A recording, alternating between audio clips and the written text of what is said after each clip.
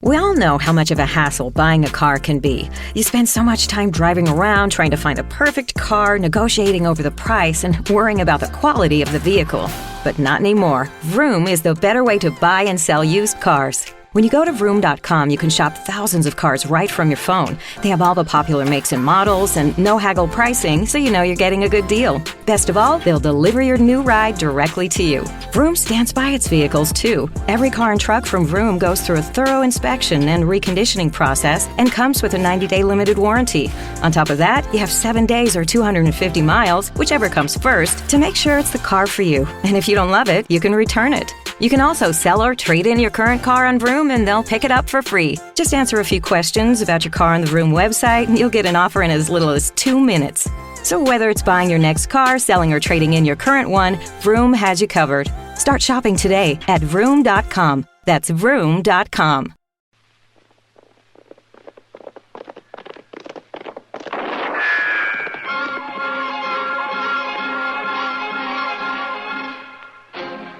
Around Dodge City and in the territory on West, there's just one way to handle the killers and the spoilers, and that's with a U.S. Marshal and the smell of Gunsmoke.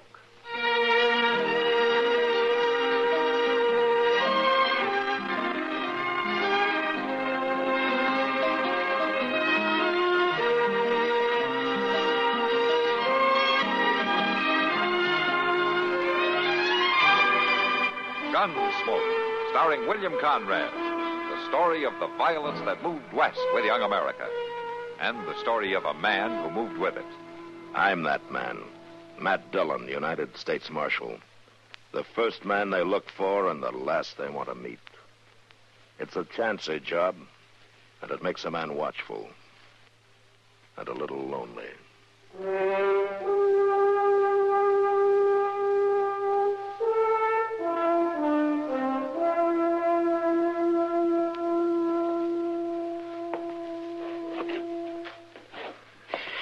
I swear, Mr. Dillon, there's days when it just don't pay to get out of bed. Why don't you sit down, Chester? Like today, for instance. I've been thinking back over it. So that's what you've been doing. I didn't hardly more than get my eyes open before I knocked over the water bucket and like to drown myself. Chester, would you sit down? Then I went to put my boots on, and that vinegarone stung me, and my foot's been sore and aching all day. All right, Chester, I believe you. It's been a bad day. And then you take breakfast. The very first thing, Pete, was all out of egg. And then that was the worst galldarn coffee I ever drunk in my whole life. Chester, are we going through your last 18 hours, minute by minute? I'm just pointing out to you what an unlucky day this has been. You've already convinced me. Now, will you sit down? Oh, Kitty. Busy? No, come on in. Evening, Miss Kitty. Hello, Chester. I can't stay, Matt. I got to get back to the Long Branch, but... Oh? Could you come over? Oh, what's the trouble? It's old Jedro Haig. Jedro? Yeah. In the Long Branch? Oh, he doesn't stop in there more than twice a year. I know. He don't even come into town much more than that. Well, he's over there now, and he's been drinking a lot. All alone. Won't talk to anybody, but he's real upset about something, Matt. Oh? Yeah, I thought maybe you could straighten him out. Oh, Kitty, I'm not so sure. Well, I am, Matt. He's got a gun stuck in his belt. Oh. All right, Kitty, I'll be right over. Thanks, Matt. I'll see you there. There you are. It's just like I said, Mr. Dillon. This day started bad, and it's going to end bad. Well, just for once, Chester, you might be right.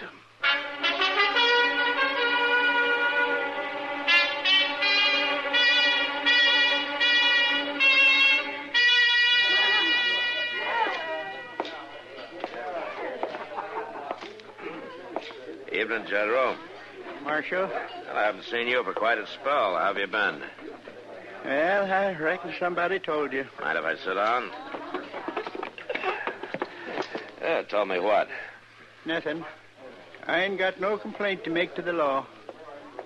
You know, when a man acts against his nature, like you coming in off the ranch and sitting around here drinking all night, wearing a gun in your belt, I know something's wrong. Now, who's the gun for, General? Well, the youngin's back, Marshal. Ramey? Yeah. Come home last night like a bad penny. Oh, it's 3 years now. Where's he been all that time? Well, wherever it was, it ain't done him no good. He was just ornery before and sassy. Now he's mean and no good. Friends he brung with him's worse. What friends? Oh, a couple of fellows named of Carden and King. They're gunmen, Marshal. They got the wild bunch look to 'em. I never heard of them before. Well, not only that, but there's others coming, too, Ramey says. And they're all going to run things from now on. So the best thing I can do is keep out of the way. My own young'un. Flesh and blood, and he talks to me like that. How'd you get all those bruises on your face, Chedler? It don't matter how. Did Ramey and his friends throw you out? Yeah, that's what they did. Out of the house. Said if I wanted back in or get something to eat, I'd have to chop wood for the stove and do the chores. Ramey done it, and they helped him. And he laughed at me. Said that's what I used to make him do. Cut wood, things. Things are turned around now. He's still your son, General. You can't take a gun to him. Well, I've been sitting here studying what to do. Why don't you sleep on it, huh? I'll ride out there with you in the morning. I got to get them 2 friends of his out of there, Marshal, on account of Diane, if nothing else. Your daughter? Oh, what do you mean? Well, she ain't safe with them around. I seen how they looked at her. She just ain't safe. But her brother's there. He'll look out for her. He's changed, Marshal. Well, not that much. I ain't so sure.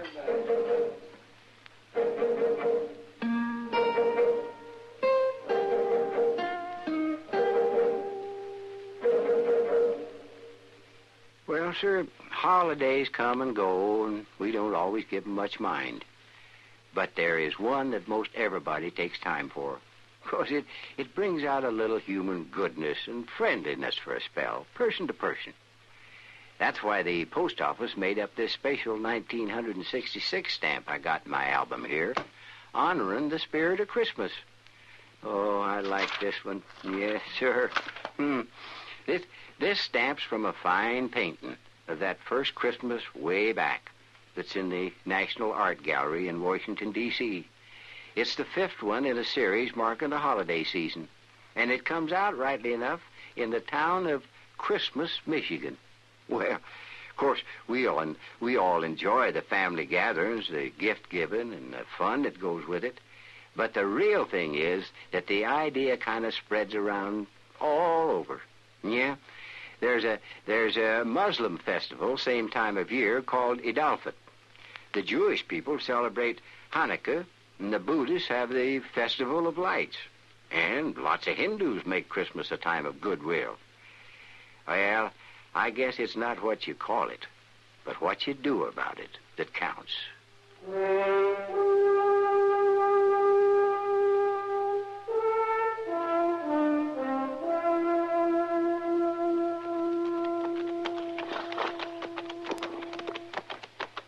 Sure is mighty pretty ranch, Mr. Dillon.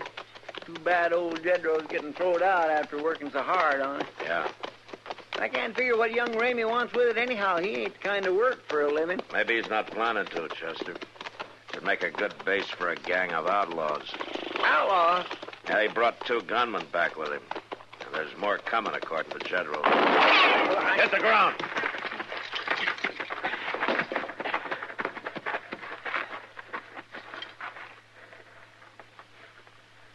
Come from that brush up on the ridge, look like. Yeah. There sure ain't much cover here. I think he's in that rock pile there. I think maybe you got him, Mr. Dillon. Yeah. Come on, Chester. Sure didn't count on nothing like this happening. Neither did I. He's just laying there, not moving. Reckon he's dead. Now, wait a minute. There's somebody coming. Yeah. Here. Get around back of these boulders. Yeah. We'll just let them go on past. There's no use taking chances. Yes, sir.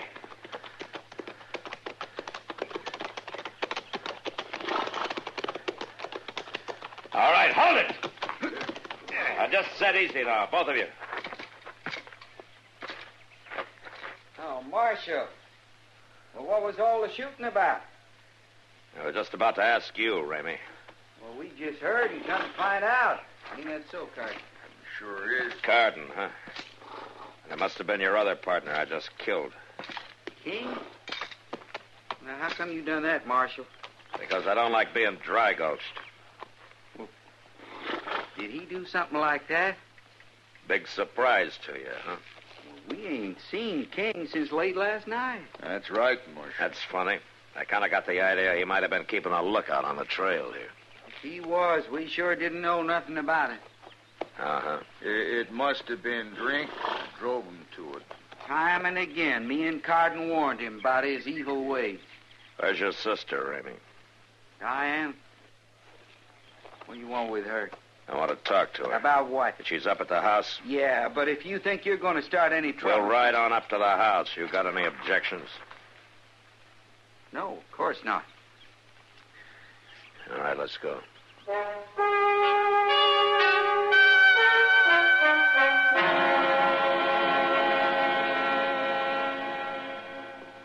But, Marshal, I don't want to go into Dodge. Where'd you get such an idea? From your father? He thought you might want to get away from here for a while. Pa's getting old and soft in the head. Diane likes it here, and she's going to stay home where she belongs, ain't you, Diane? Yes, Ramey. You don't have to stay, Diane. Understand that. If Ramey or Carden here have threatened you, you can forget it. I'll see that you're protected. Threatened her? Why, I'm her brother. Marshal, I wouldn't hurt her. Ain't that right, Diane? Yes. That's right, Ramey. And old Jedro's your father, Ramey, but that didn't keep you from beating him up and throwing him out of the house. Now, there, you see. Pa is losing his wits. Nothing like that happened at all, did it, Carden? Of course not. Diane? No, nothing like that. Pa just left, that's all. Well, I'll go about my chores, Marshal, if it's all right with you. Yeah, sure, go ahead.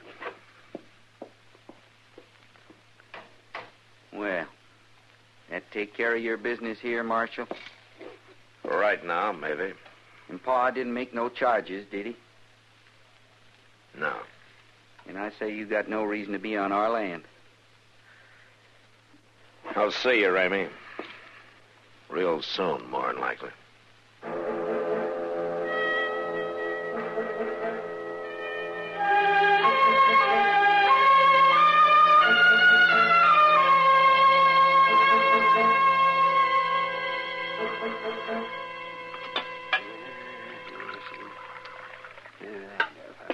Matt, why don't you just boot them out? I don't figure they'd boot too easy, Doc. Yeah. That's never stopped you before. Ah, this is different. It's a family affair, and there's a good chance they'd slip in here some night and take it out on old Jedro. His own pa. What the tarnation's matter with that boy, Matt? It beats me. Yeah. Well, what are you going to do? Just sit here pounding that swivel chair and let him get away with it? Not much I can do, Doc. No law against him coming back home. And Jedro won't sign a complaint. Says it's a family affair, and he'll handle it himself. Yeah, he'll have to sober up some before he does any handling. All he does is hang around the Long Branch. I sent out some inquiries, but telegraphed. Figured there might be a chance that one of those three's wanted somewhere, and then I'd have a reason to move in on him. Seems a darn shame when the law works to help somebody like them. So, you know, it might be a good idea to bypass the law on a thing like this, man. No. Now, you do that once, Doc, and the dam goes up. It took too long to get what law we have here to turn around and lose it. Wait a minute. What the dickens is going on up the street? I don't know. Yeah, well, get up here. Sounds like a fight. Quite a crowd there, Matt. Yeah. Oh, it's right in front of the Long Branch. Yeah, it is a fight. Come on, Doc.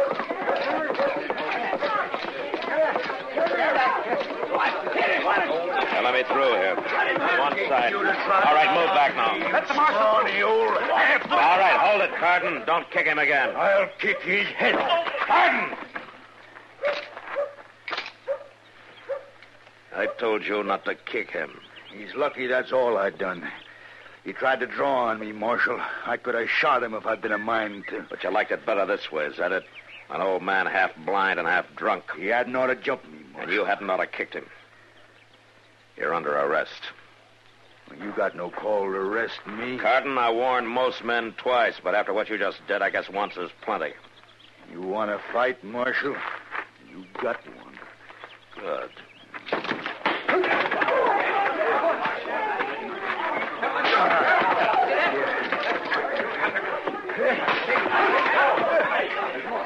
Have you had enough? I'm gonna kick your guts out. And I'll drop on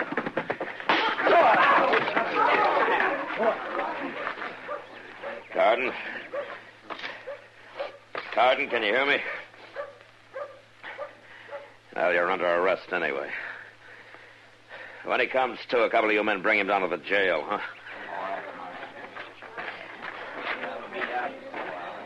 You all right, Matt? Yeah, I'm all right, Doc. What about Jedro? Yeah, not too bad. May have a cracked rib where Carden kicked him once. He came to in time to see the finish there.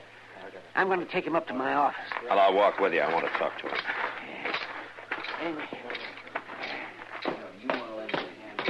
Hey. Can you make it to my place? Yeah, I'm all right. Come on, then. You ought to have kicked him, Marshal, same as he done me. An eye for an eye, Jedro, is that it? Yeah, he don't deserve no better. You made a mistake trying to draw on him. Yeah, but I didn't. I just threatened to. If he didn't get out of here and leave me and mine alone. Are you ready to sign a complaint now? Oh, you don't go along with kinfolks, Marshal. I'll work it out myself. You may not be so lucky the next time. It ain't no use, Marshal. Well, I can't force you to. Mr. Dillon? Yeah, what is it, Chester? Hey, we got an answer to one of them telegraphs. Yeah, let me see it. It just now come in on the wire. Yeah. Oh, well. What is it, man?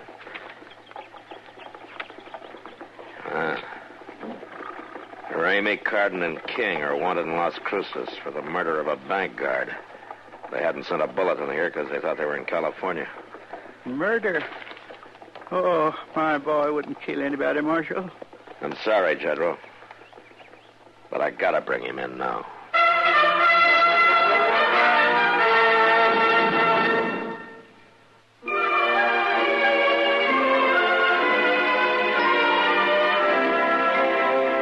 Hometowns in America have a lot in common, and yet they're each one of a kind. Take, for example, Billings, Montana. In the heart of the Midlands Empire, the biggest little city in the Northwest is set in a fertile valley where the sugar beets grow. But once Billings was cowboy and Indian country. Many a smoke signal rose from Pompey's Pillar off US 10. Motorists can now drive along cliff-hanging Black Otter Trail for a view of mountain and city and the statue of the famous screen cowboy William S. Hart. Flying into Billings, you land on the rim rocks of sandstone and room at the Northern Hotel. 60 miles southwest on Highway 212, there's Red Lodge, which leads right into Yellowstone Park and through the scenic curves up Cook Highway. In town, people shop at Hart Albans, and some work at Kaufman Lumber and Treating Company or Inland Supply. But if your hometown is Billings, you already know this. We only wanted to remind you, it's still there.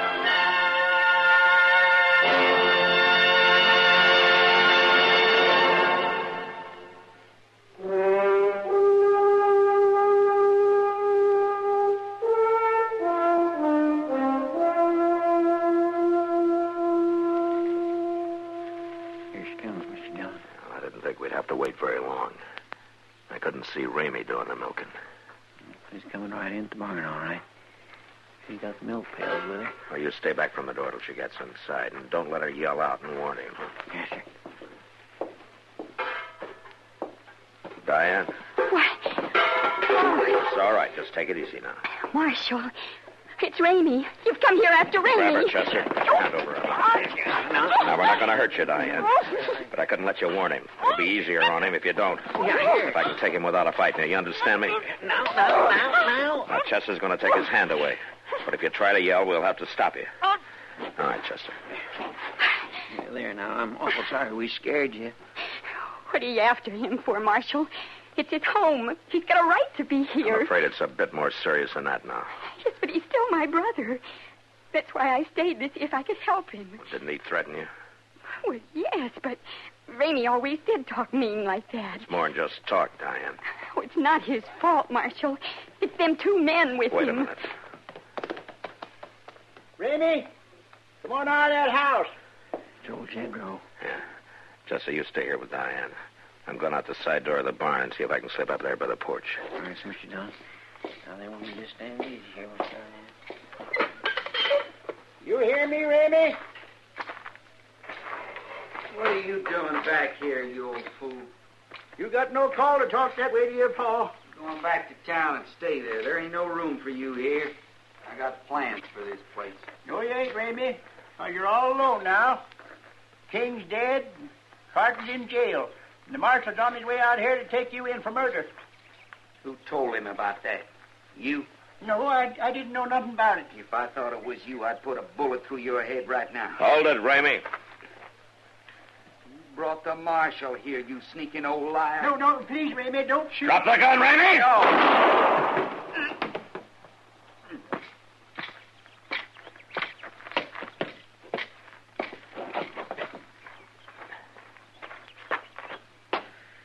He's dead, Marshal. I'm sorry, General. My own boy. I just never could believe it. My own boy. Oh, you killed him, Marshal. You killed my brother. I'm sorry, Diane. I had no choice. He'd have killed your father. Oh, really? He was a killer already, and he'd have killed again and again. But he was still my brother, Marshal. Yeah, I know. Oh, Pa, why can't everything be like it was when we was little? I don't know, Diane, honey. I just don't know.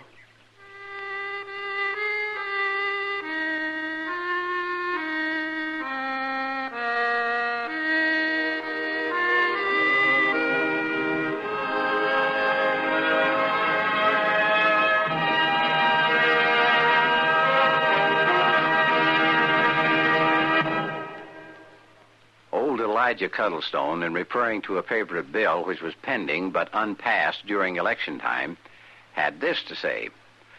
Now, I want you to know, everyone that is, that it matters not. It does not matter if I am elected or not. This bill will be passed. I mean, if I shouldn't be elected, I'll only be a lame duck until March 4th.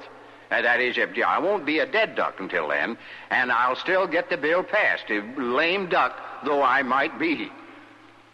Well, what Elijah was referring to was that up until 1933, members of Congress who failed to be reelected in November still held office until the following March. In sufficient strength, they could have passed or proposed legislation embarrassing to the administration. So, from a time predating our revolutionary days, the woodsman maxim, never waste powder on a dead duck, has evolved to such well-known usage as he's a dead duck, and further to lame duck, as in lame duck amendment.